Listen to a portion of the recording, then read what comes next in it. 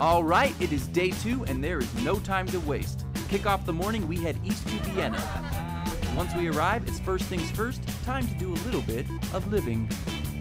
We're starting a city quest. It's a game where each student gets a piece of paper and they have a list of things, shopkeepers, statues. This is Mozart that they have to find, see, and check off. You get lost, you lose. Hopefully everybody wins. Go!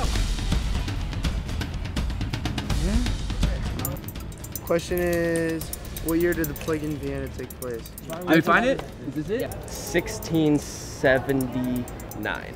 All right, that was good. We see Rolf Rudiger von Starhemberg. So he's in the Middle Ages, so that would not be 50 years ago. That would be. Yeah, we have to go back this way. Is that right there? Second. Yes! We won. German. Eins, America. Woo! Team Smash Face! After the group reunited, we continued our tour of Vienna and saw palaces, museums, opera houses, and before you knew it, found ourselves at a local high school where we got to meet Professor Gilbert, a true gem of Vienna. At 81 years old, he's one of the last remaining survivors of the Holocaust and has made it his life's purpose to travel the world and share his story.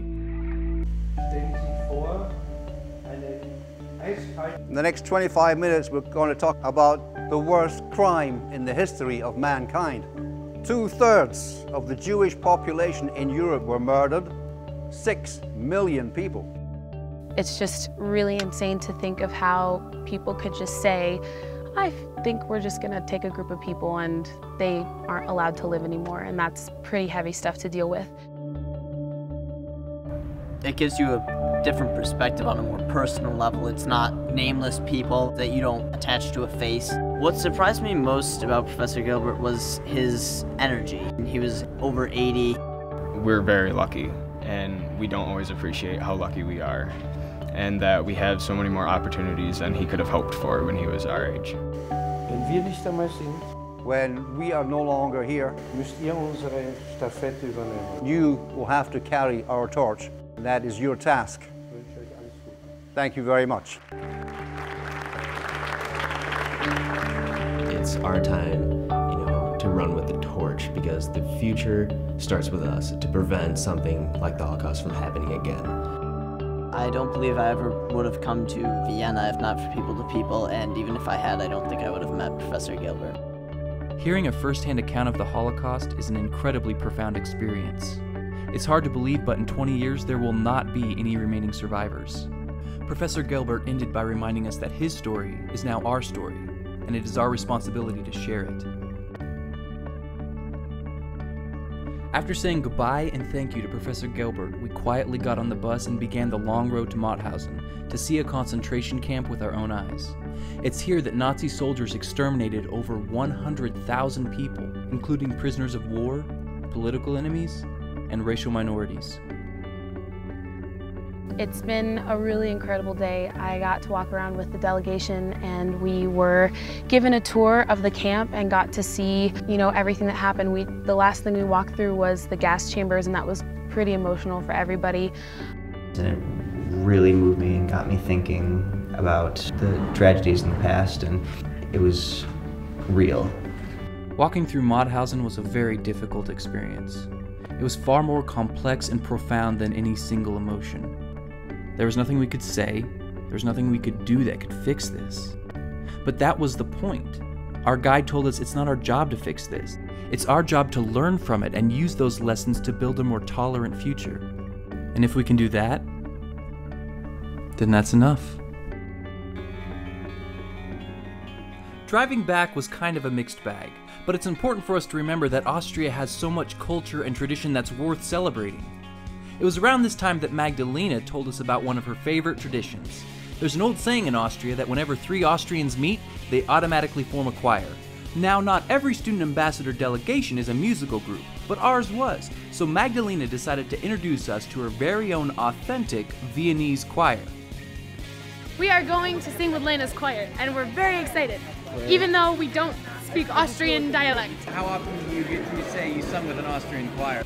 I've heard that you've already been practicing some Austrian folk song. We are very curious to see what that all sounds like. Stop. It's German.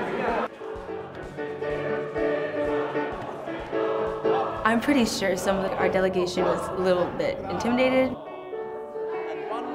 They were so much older than we are, but they warmed us up so much. We had so much fun. They are an amazing choir. Kiana got up and she sang a solo, and I was blown away. Kiana's got pipes, what can I say? So the choir thing is what we're gonna call an educational experience. After watermeloning my way through 6 German songs, we all hopped on the bus and headed to Salzburg, the birthplace of Mozart and classical music on this planet as we know it. And with a history like that, it doesn't take a genius to know that priority uno is find ourselves some classical music, so we head to Mirabel Palace and do just that. Right, Derek? Right. What are we gonna do? We are about to see a concert of classical music. I am uber excited. That's You. It's German. But where? Where they film The Sound of Music? There's other people, Carly. Come on, come on. Yeah, hey. How much do you think this room costs? US or Euro? US. Come on, man. Probably a couple $1 million. Tell me. Maybe 1.5 mil on a good day. On a good day. Well, the euro is strong right now. Right. You're strong.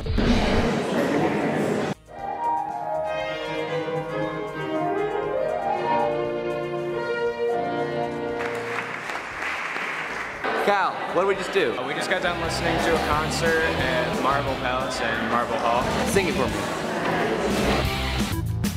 So after having our ear palates refined at the concert, we met up with a tour guide whose name I can't remember, but I wanna say Helga.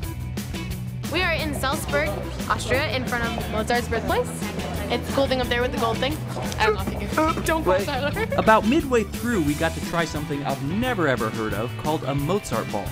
Mozartkugel, we call it in German. What's that? It's green inside. Yeah, maybe cookie dough, Describe it. So now, Both of you.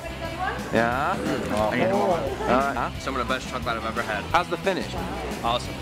Magdalena. Is it dark chocolate or milk chocolate? it's dark chocolate. I love dark. That's my favorite. You knew that. Yeah, of course I do. I'd like the same chocolate. And now we just got back to the hotel at 11:30, so big day. And tomorrow's gonna be even bigger because we say Auf Wiedersehen to Austria and Bonjour to France. Also, I just found out we gotta get up kind of early.